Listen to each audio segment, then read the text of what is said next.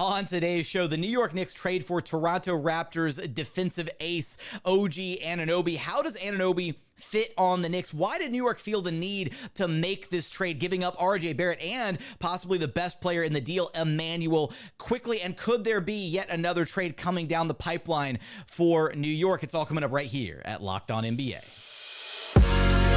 You are Locked On NBA, your daily NBA podcast. Part of the Locked On Podcast Network, your team every day. What's up and welcome to another edition of Locked On NBA, the biggest stories with the local experts. I'm your host, Jackson Gatlin, also host of Locked On Rockets right here on the Locked On Podcast Network, your team every day. Now, today's episode is brought to you by Prize Picks. Prize Picks is the largest daily fantasy sports platform in North America. They're the easiest and most exciting way to play daily fantasy sports because it's just you versus the numbers. Instead of battling thousands of other players, including pros and sharks, you just pick more than or less than on 2 to 6 player stat projections and watch the winnings roll in. It's that simple. Prize Picks is so easy to play. You can make your picks and submit an entry in less than 60 seconds. They've got quick withdrawals, easy gameplay, and an enormous selection of players and stat types is what makes Prize Picks the #1 daily fantasy sports app on the market. And with basketball season here and in full swing, you can now pick combo projections across football and basketball from the Specials League, a league created specifically for combo projections that includes 2 or more players from different sports or leagues. For example, you can do LeBron James plus Travis Kelce at a 10.5 combo of 3-pointers made plus receptions. So if you've been thinking about getting into daily fantasy sports, you've got to give Prize Picks a chance. Go to prizepicks.com/LockedOnNBA and use code LockedOnNBA, all lowercase, for a first deposit match up to $100. Again, that's prizepicks.com/LockedOnNBA with code LockedOnNBA for a first deposit match up to $100. Prize Picks is daily fantasy sports made easy. Joining us now is the host of Locked On Knicks, Gavin Schall, who you can track down wherever you listen to your podcasts or on YouTube. Just search Locked On Knicks. And Gavin, new year, new New York Knicks, making a pretty big trade here, moving RJ Barrett, Emmanuel Quickley, and a second-round draft pick for OG Anunoby, Malachi Flynn, and Precious Achiuwa. This trade kind of, I don't want to say coming out of nowhere, but just it feels like one of those trades where it's like a little early before like trade season really kind of starts heating up. And so let's kind of start with, why did the Knicks make this trade for OG Anunoby? So it felt like from the moment they signed Donte DiVincenzo that one of Emmanuel Quickley or Quentin Grimes was ultimately going to get dealt. And I think that timeline might have been exacerbated by the Mitchell Robinson injury. The Knicks went from a top 5 defense when Robinson is playing to one of the worst in basketball since he's been injured. And I do believe it goes deeper than that, though. They pursued Anunoby as far back as last year, offering multiple first-round picks for him. At the time, that wasn't enough for Toronto. But there's been a desperate need for a 3-and-D guy at that small forward spot. And obviously, Anunoby offers a lot more than that. But in terms of a fit around Jalen Brunson and Julius Randle, I mean, outside of, I guess, kind of like the star class of guys, Anunoby is about as clean as you can get.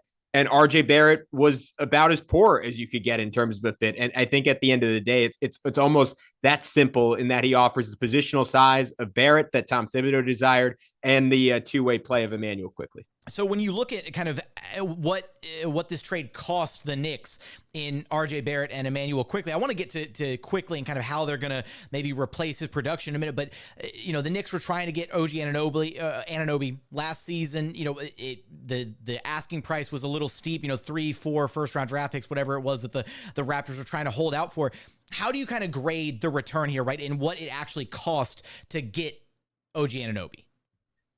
It's a hard question. I'm going to call it a B because I do. And that's less a reflection of Anunoby and more so me thinking the cost is pretty substantial because I'm very high on Emmanuel Quickley. He was the common denominator in not only the Knicks' best lineups, but lineups that have been some of the best in the NBA this year. The primary one he played with Josh Hart, Jalen Brunson, Julius Randle, and Isaiah Hartenstein was plus 33 per 100 possessions, a 97th percentile lineup. And that's not a small sample size thing. It's a lineup that's played substantial minutes this year. Last season with Jalen Brunson, they were consistently one of the better 2-man pairings of basketball. And the fundamental issues, Tom Thibodeau just never believed in it enough to start. And he valued size just a little bit too much, in my opinion.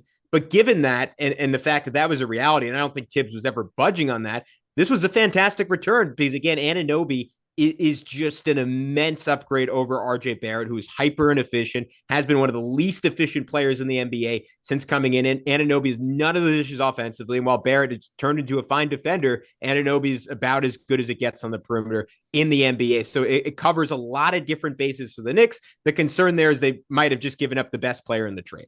Yeah, I mean, look, OG Anunoby fits Thibodeau. He fits the Knicks a lot better than RJ Barrett does. That's an absolute certainty here.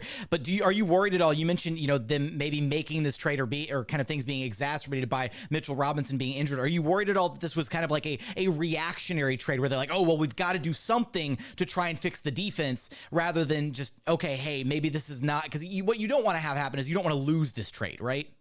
Yeah, I don't think so. And maybe I shouldn't have even mentioned that, but I think it might have just accelerated their timeline and created a little bit more urgency just because that's such an obvious need right now.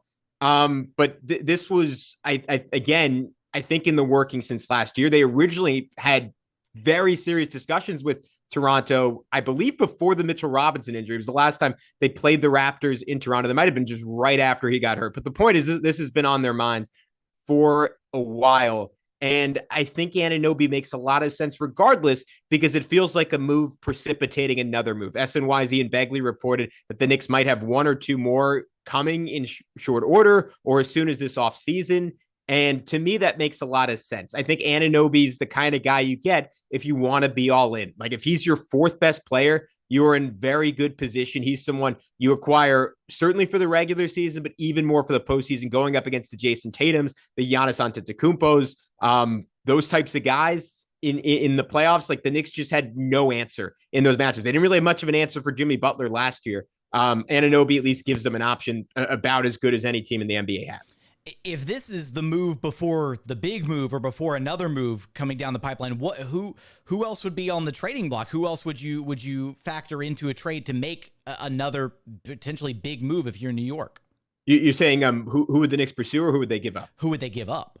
I think it's going to be a lot of draft picks. And the good news is they have a lot of draft picks. They have all their own. They have 3 extras. None of them are of premium value. It's a Detroit first, a Wizards first, and they still have that top 5 protected Bucks first that took a little bit of a nosedive when Giannis re-signed there. So the question is, can they outbid teams? And I mean, the first name, I know this wasn't what you asked, but the first name that comes to my mind is Donovan Mitchell. And obviously you would expect the Brooklyn Nets to be on him with all the Suns picks they have to offer. The Miami Heat can potentially throw Jaime Jaquez in that trade or Tyler Hero in that trade. So the Knicks are not going to necessarily win on players or picks. The hope would be that the combination of both is enough to entice Cleveland, or maybe Mitchell just coming flat out and saying, hey, I want to go to New York. Now, if the target is someone bigger like Joel Embiid, this is a little bit of a hit to those goals, because I think the presumed hypothetical deal this offseason was the Knicks giving everything, all the picks, plus an RJ Barrett, plus an Emmanuel Quickley. And now you have a little bit less to work with. These players like a Josh Hart, Dante DiVincenzo, further along in their career, making more money, a little bit less appealing to Philadelphia, who, to be clear right now, has no thoughts of trading Embiid because they are doing fantastic. At least here in the short term, there may be, a bigger move coming further down the pipeline for the Knicks, but at least in the short term, how do you envision them kind of trying to replace the production of Emmanuel Quickley? Because he's been such an important piece for this Knicks team. How do you even begin to replace what he did for this team? I think it's a massive concern, because they go from having, I called it on the podcast yesterday, 3.5 ball handlers, if you want to call Quickley like a 0.9 and RJ like a 0.6, to 2 ball handlers. It's Jalen Brunson and Julius Randle. We even saw in that Pacers game against the easiest defense you could go against. They both played fairly well, but I think they were overtaxed, and you only want Julius Randle making so many decisions. And they certainly need another guy who's comfortable with the basketball in his hands. I don't think the shot distribution is going to be an issue, because you go from someone like RJ Barrett, who was super inefficient, then it almost cancels out how efficient Quickley was, to Dante DiVincenzo, who's coming off a 38-point game last night, to Anunoby, who's obviously close to a 40% three-point shooter and very good around the basket. So they're going to get good shots. But to actually answer your question, it could be a further trade down the road, or they might just live with it. The fear there is that if there's an issue to Brunson or Randall, I just think that would be so destructive at this point, because there isn't really that next guy on the roster. You say, yeah, I want to give him the basketball and let him create. How will OG Anunoby fit on the New York Knicks? What are the Knicks going to look like with OG in the lineup? And could there be yet another trade coming further down the pipeline? You'll have us covered for all of that and so much more over at Locked On Knicks. Gavin, thanks for stopping by Locked On NBA with me. Thanks for having me, Jackson.